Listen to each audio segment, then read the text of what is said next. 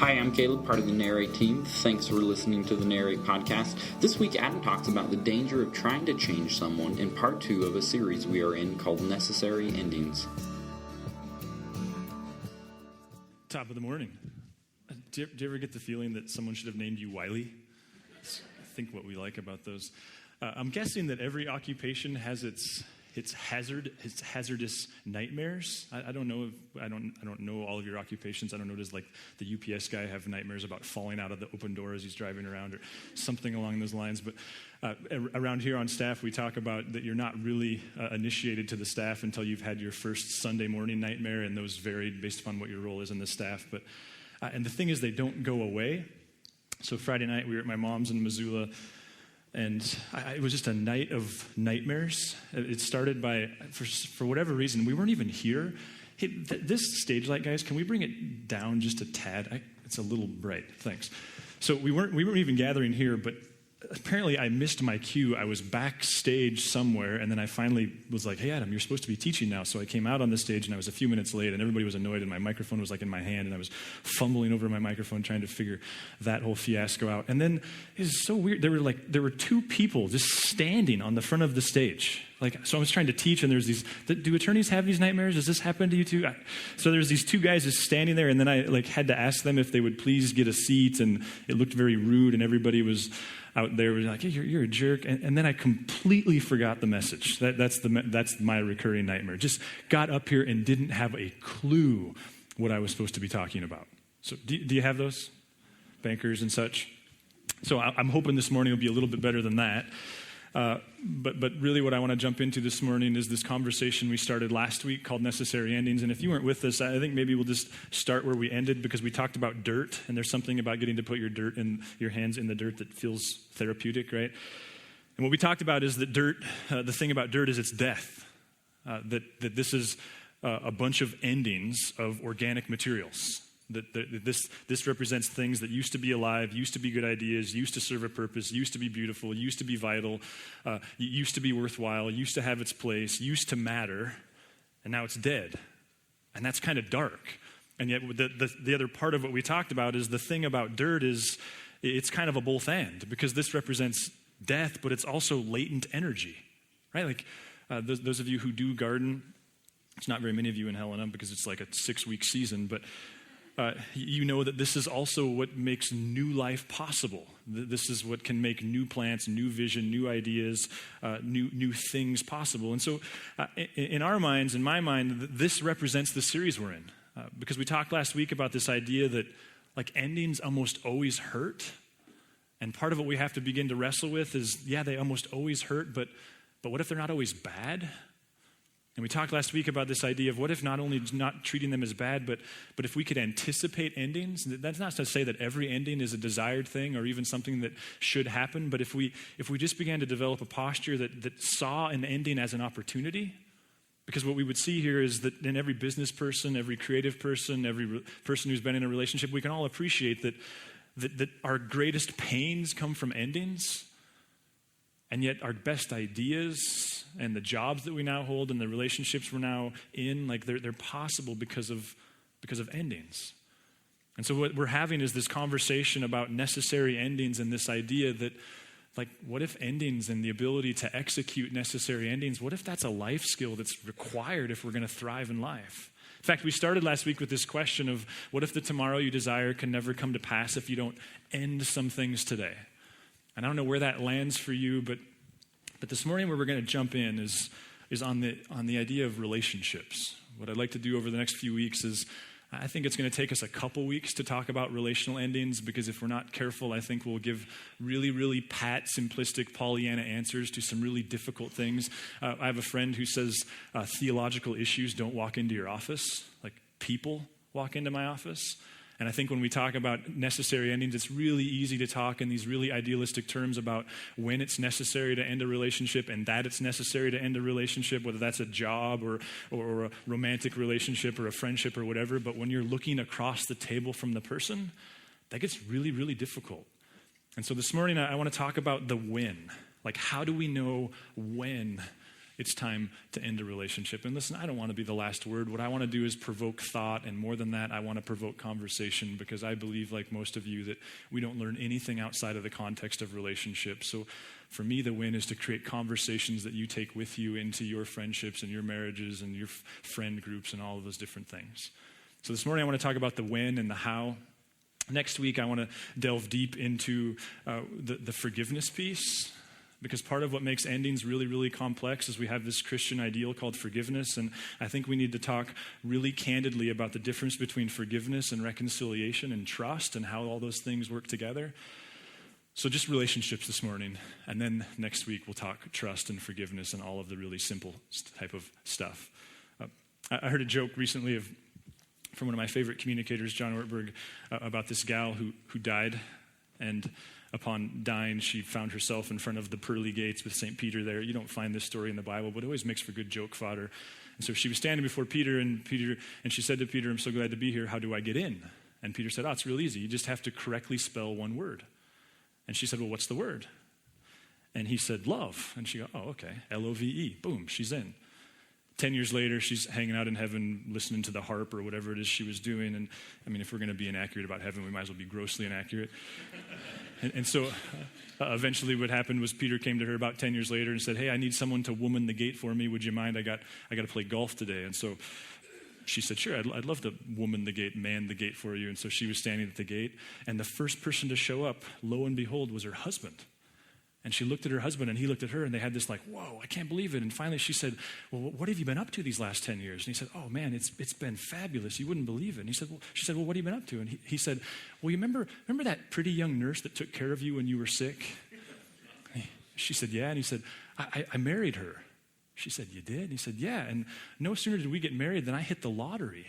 And so you remember that little old house we raised our family in?" And she said, "Yeah." And he said, "We sold that. We bought this great big beach house on the coast. It's been fabulous. We quit our jobs. I retired."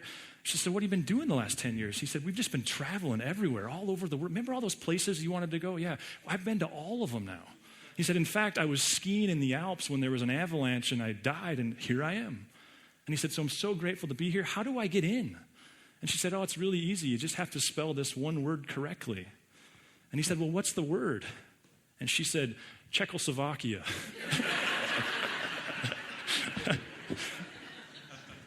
Isn't that the best? I love that joke. Raise your hand if you could spell Czechoslovakia. I'm out.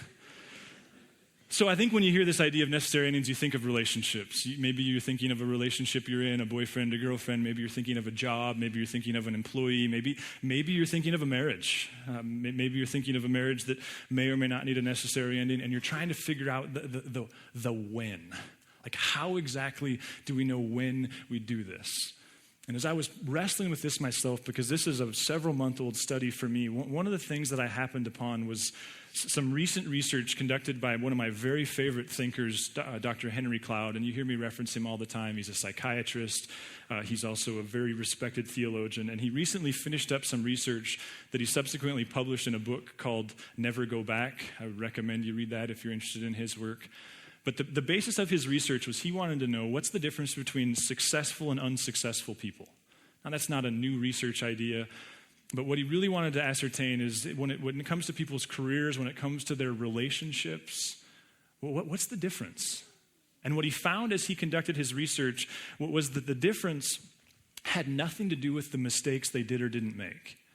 But what he found was the difference between successful and unsuccessful people, again, whether you're talking relationships or business, whether you're talking being a spouse or being a parent or being a friend, what he found was that successful people, they make the same mistakes as unsuccessful people, but successful people, they recognize the pattern in their life. This is an idea we're going to return to in January. They recognize the pattern, and they redo the wiring so that the pattern stops. In other words, successful people don't continue to make the same mistake over and over and over again. And as I was listening to him talk about this, he talked about one of the common mistakes that unsuccessful people make that successful people don't continue to make is that successful people, they separate themselves from the idea that they can change people. And the more he unpacked that, the more I thought, oh man, this opens up this whole necessary conversations this necessary endings conversation for me all the more.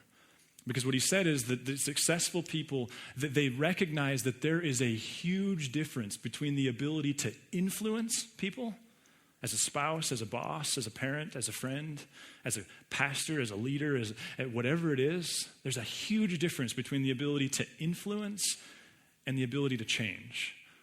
And so this morning, as we jump into this question of like, how do we know when it's time for an ending? I think what we have to do is first and foremost, dig deeper into the assumptions you make about life and just ask the question, are you of the mindset that you can change people? Like as a boss, listen, I understand the value of hiring young, energetic people. But there's a difference, isn't there, between thinking I can help them and I can change them. As a spouse who's maybe struggling with a partner who's got an addiction, there's a difference, isn't there, between the thought that I can help, I can influence, and I can change them. Are you of the mindset that you can change people? They say that brides and grooms come at this question from a completely different angle. In fact, there's been research conducted on as to what a bride is thinking as she's walking down the aisle versus what a groom is thinking as he's standing at the end of the aisle. And they say that in general, now all these are dangerous because generalizations are always dangerous, but they said in general, a groom is thinking, yeah, I won the prize. She'll never change. And simultaneously, what the bride is thinking as she's walking down the aisle is, I can fix him. Research-based ideas. So I have to ask you, are you of the mindset that you can change people? Heard a story of a man who grew a company into a billion-dollar company. It was a company he started, and it came to the place where he was ready to work a succession plan. He was ready to retire and move on, and he really wanted his son to be the person who would take over his company. And so he brought his son into the company, put him to work in the company, put him into several different departments within the company, and that wasn't working great. And so finally he called this very well-known consultant and asked him if he would come help him strategize for this succession plan. And of course, when the consultant got there, he asked him, okay, so what's going on? And he said, well, I'm ready to retire. I'm ready to move on. And I really want my son to have the company. And he's in the company, he's working in the company right now, but I need your help. And he said, well, how's your son doing? He said, he's doing okay. He said, really, what his direct reports tell me is he'll go to work in a certain department and he'll do well for the first 6 months or so, and then he'll start kind of thinking some things aren't very important, and he'll start missing meetings, and before long, like they went from saying he's great to saying, I don't know, he's C-. He said, I think he just lacks the fire, he lacks the chutzpah, the killer instinct that it's going to take. And so this consultant said, so what do you want me to do? And of course the answer is, well, I want you to change him.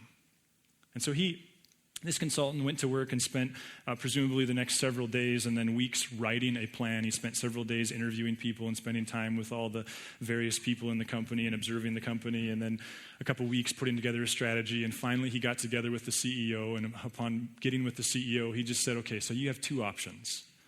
He said the first option is you can bring your son into the company, you can expose him to the various parts of the company, you can hope for the best and eventually retire, and then when you leave, the whole thing will sink or swim based upon whether or not he's got it.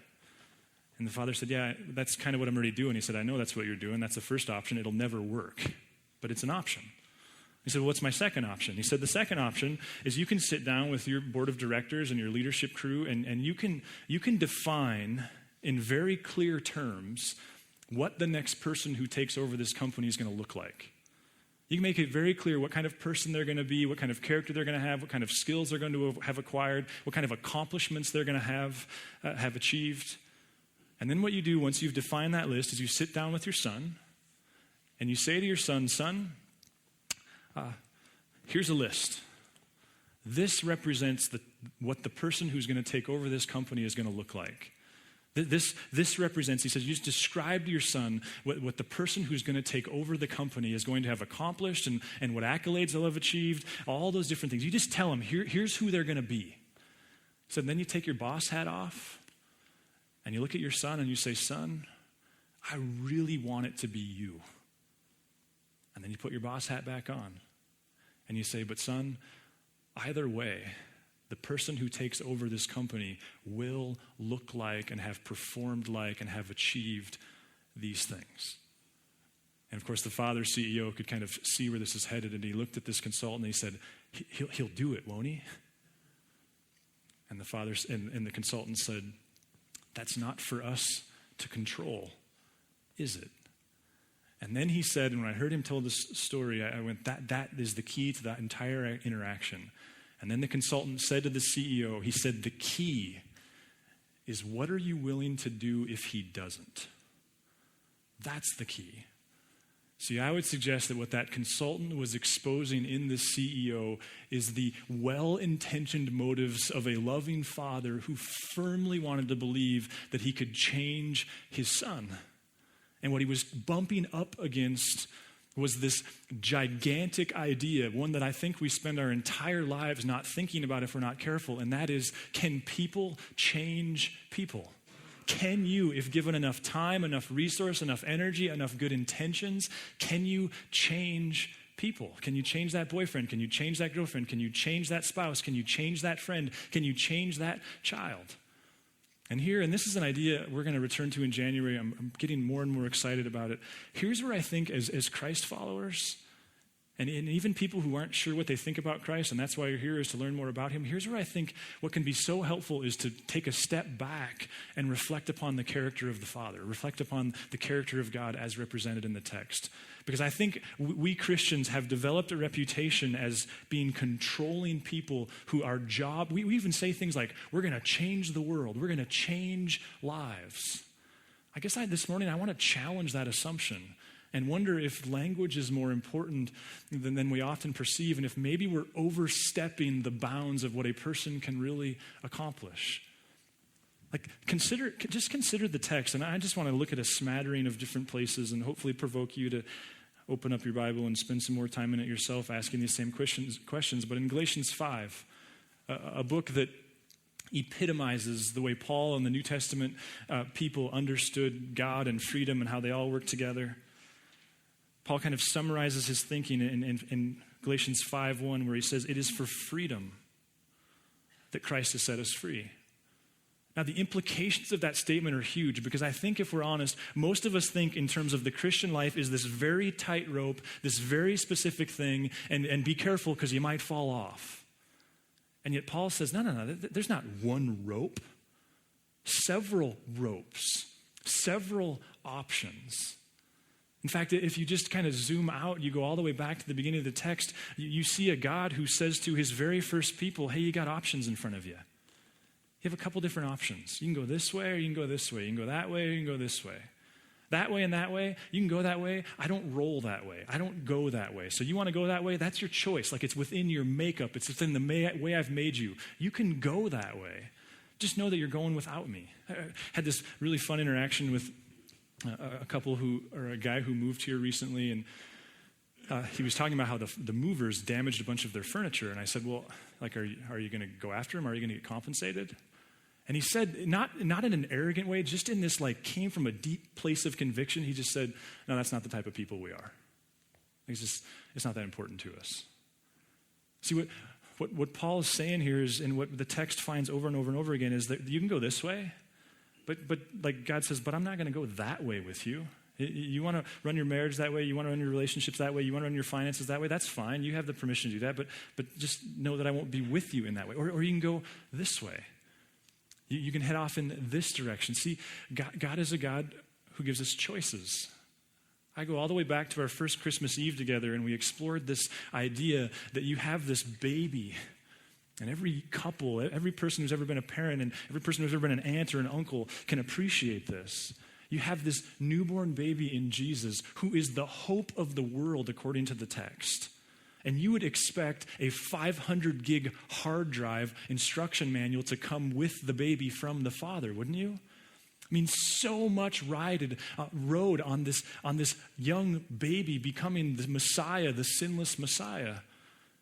And yet you have Joseph and Mary, these like haphazard young people, and almost no instruction manual.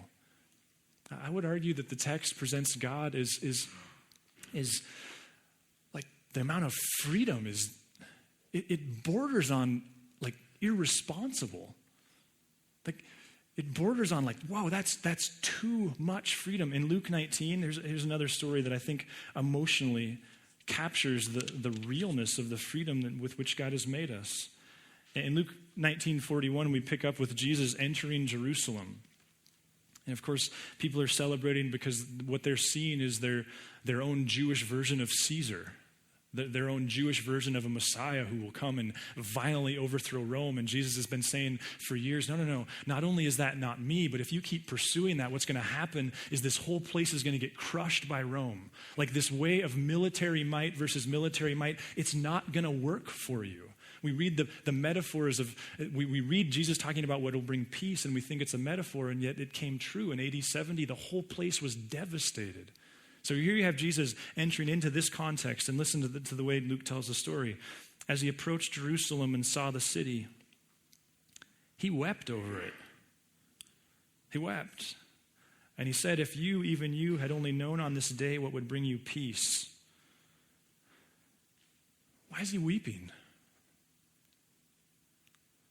Is it because he in some ways is, for lack of a better term, a victim of his own system that he's created? Like he so values human freedom that he's looking upon his people, and like any parent, like any friend, like anybody who's ever been in a relationship with anyone can see when someone's headed down a self-destructive path, he's ruined by it. He's wrecked at seeing the amount of pain that's coming their way. And yet, at his core value is, I could interrupt. I mean, it goes back to his trial with Pilate. Listen. Don't flatter yourself. If I wanted to call down legions of angels from heaven, I could do that. It's not the way I roll. It's just not the way I roll. Or consider Joshua. Dr. Cloud points this dynamic out in the book of Joshua. Now, there's a couple of very famous verses from Joshua, right? Joshua 1, be strong and courageous. Have I not commanded you, be strong and courageous? What's the second most famous verse in Joshua? Some of you have it on your, like above a doorpost in your house. You with me? As for me and my household. Let's go to Joshua 24 where we find that. In Joshua 24, he says, this great leader, but as for me and my household, we will serve the Lord. But here's what was pointed out to me that I just never observed before. Same verse, like the first sentence of the verse. Listen to what he says to these people he's leading. But if serving the Lord seems undesirable to you, then choose for yourselves this day whom you will serve. But as for me and my household, we will serve the Lord. So here you have this valiant leader who's saying to his people, who are Israel, who are, again, the hope of the world. God's story is resting upon them in so many ways. And he says to these people whom he loves, hey, you got some options. But just know, like, I've exercised my option to go this way. You can do whatever you want. You know, we spend a lot of energy talking about what we're afraid of. And I think what this whole conversation about can you change people exposes is maybe our deepest seated fear. You know what I think that is? It's the fear that people will make choices that inflict harm and suffering upon them. That's what we fear, right? If I give them freedom, then they're going to make a decision that hurts. They're going to make a decision that's destructive. They're going to make a decision that gets them killed. And what you have is the God of the Bible coming up close to this idea and going, okay, fine line between controlling and influencing. I wonder, what if we stopped trying to change people and started offering them choices? What if we stopped believing that we could change them and instead we started offering them choices? I go back, go ahead to that next slide, guys. I go back to Jesus in Luke 19. And can't you appreciate that Jesus is actually weeping for a couple of reasons? I mean, he's weeping because these people are about to go through so much pain. Is he also weeping because he's going through so much pain? Is he also weeping because there's this sense of like, God, this hurts? Like, it's the old thing that you hated it when your parents said it to you and then you say it to your kids. This hurts me more than it hurts you, right? It's Jesus going, this is brutal.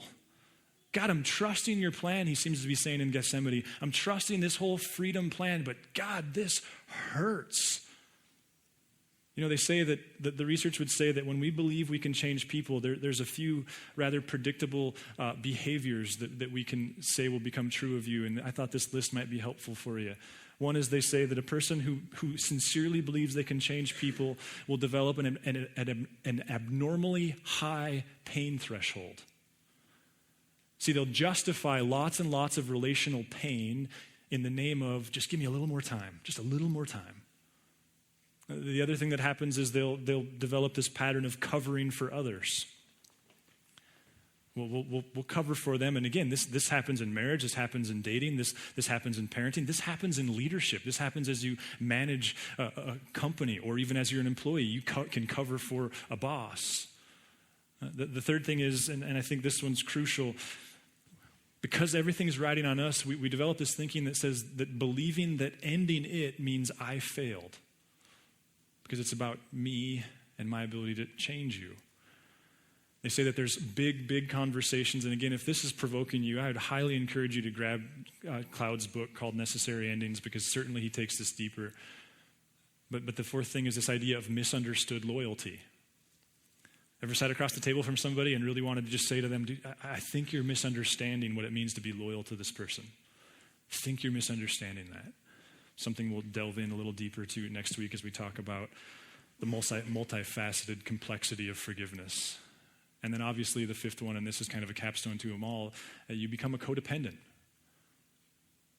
You become a person who's actually, you need people to need you, trying to change them in order to feel whole in your life. See, so if we ask this question, when is it time? Here would be the idea that's been extremely helpful for me, is just to simply say it this way: how might sharing the responsibilities of endings help you know they're necessary? See, I think that what happens as a boss, what happens in a dating relationship, what happens in a marriage, what happens in a friendship, is we don't start having this conversation until the conversation is necessary. But it seems like the research would suggest, and if God is the God who has so much freedom built in, see, God doesn't just give us freedom, he's constantly going, here's your options. Here's your options. Through Moses, it was like life or death. He would even use two different mountains to portray the fact that you can go this way or you can go this way. Jesus talked about you can go this way or you can go this way, over and over and over again. See, there's this idea of clarifying the options before we get started. At one point, I wanted to call this message just proactive endings. It's the idea of dealing with the fact that there's probably going to be endings, and thus defining them, or there might be endings, defining them before we even get started. Dr. Cloud said that if he could eliminate one phrase from the English language, it would be the word you need, the phrase you need. He says, just think of the way you might say to a child, you need to go do your homework. In fact, it's a lie. Like to say to a child, to say to your son or daughter, you need to go do your homework, you're lying, because they apparently don't feel the need to do their homework, do they? And when we start exerting our might, it's born out of our passion that it's our job to change them. His passion and the research's passion, and I would argue that the model of the character of God is to say, offer choices. Now, I'm not standing up here as one who's the master of this, anything but. One of the examples he used was in that homework thing. He said, you just say to your son or daughter, so it's Thursday, you need to go do your homework. Don't say you need to go do your homework. Just say, hey, it's Thursday and you have homework. And here's the deal. Tomorrow's Friday. We're going to the movie. And you're going with us if your homework's done. And if your homework's not done, that's okay, because you know that babysitter Bertha? You know that one that you don't like? Well, I've already called Bertha, and she's available to babysit you tomorrow night. And so your choice. You can do your homework now and stay home with Bertha tomorrow night, or not do your homework now and stay home with Bertha tomorrow night, or you can do your homework and we'll cancel Bertha. But do you see how that moves away from the notion that I can change? And maybe pushes things closer to this idea that what we can do is influence? So let's go back to that relationship that you're thinking of. Not the hypothetical, but the one. See, I think what's terrifying about necessary endings is it makes us the bad guy. What if you don't have to be the bad guy? Well, what if your role is the role God plays with you, and you just clarify options? And then, as the consultant pointed out to the CEO father, the question is, what are you willing to do if they don't? what are you willing to do if they don't? You know, I think if you're single, one of the most important things you can do is define now the type of person that you're willing to marry. Define now the type of person that you're willing to commit the rest of your life to. Because then all of a sudden you formed the boundary. You've already defined the necessary ending if there's going to need to be one. As an employer, well, we know this over and over and over again. We're told that the best, most healthy places to work are those places that are very clear. Here's the type of people who work here. Here's the type of people who don't. Where I see many of you go through the most pain is when it comes to your adult children. And there's this Luke 19, I'm entering Jerusalem, and my son or daughter is suffering, and it's ripping my heart out. I think for you, the key seems to be that we always think that we find God when everything is perfect. And yet God is a God of suffering. He's the God who we draw near to ourselves. We hear the best when it hurts. In a friendship, see, part of really what we're talking about is boundaries, isn't it? Here's the type of relationships I'm willing to walk in.